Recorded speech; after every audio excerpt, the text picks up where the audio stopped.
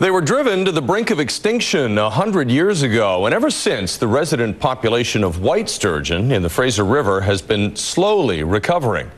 Over the years, volunteers have helped tag 40,000 of the giant fish, allowing scientists to keep track of their number. And in recent days, a team of students studying fish and wildlife at BCIT left their classroom to join the effort to save the sturgeon.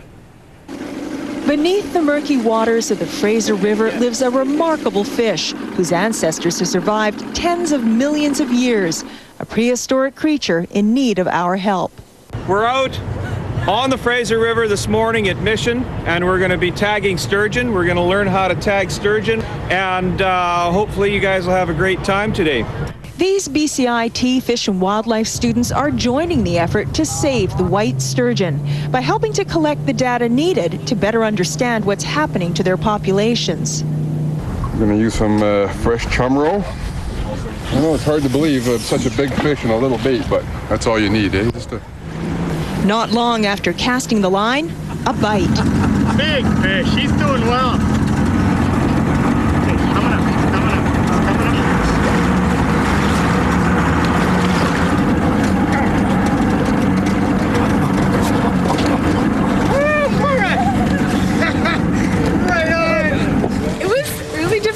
It was awesome. I've never felt something pull that hard in my life. Along with the lesson in how to catch a sturgeon, the students are learning about their anatomy, which is perfectly suited for life in the Fraser River.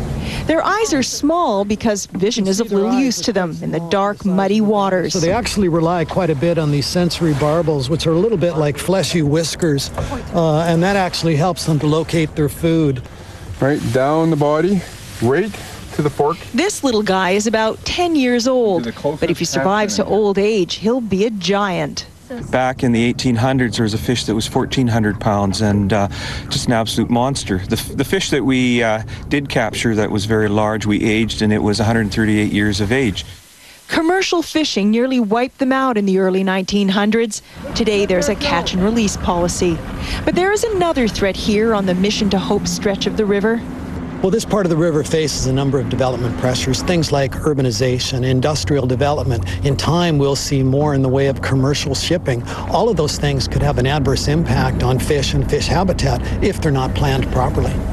Determining how badly these things are hurting the sturgeon population involves tracking the fish, something that's achieved by tagging them with small plastic computer chips. And so the next lesson begins.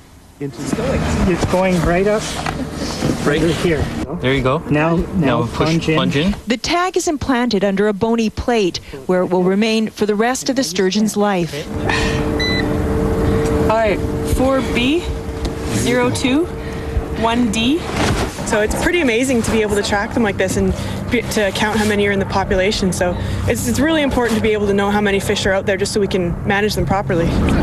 What they've learned is that the small juvenile fish are disappearing.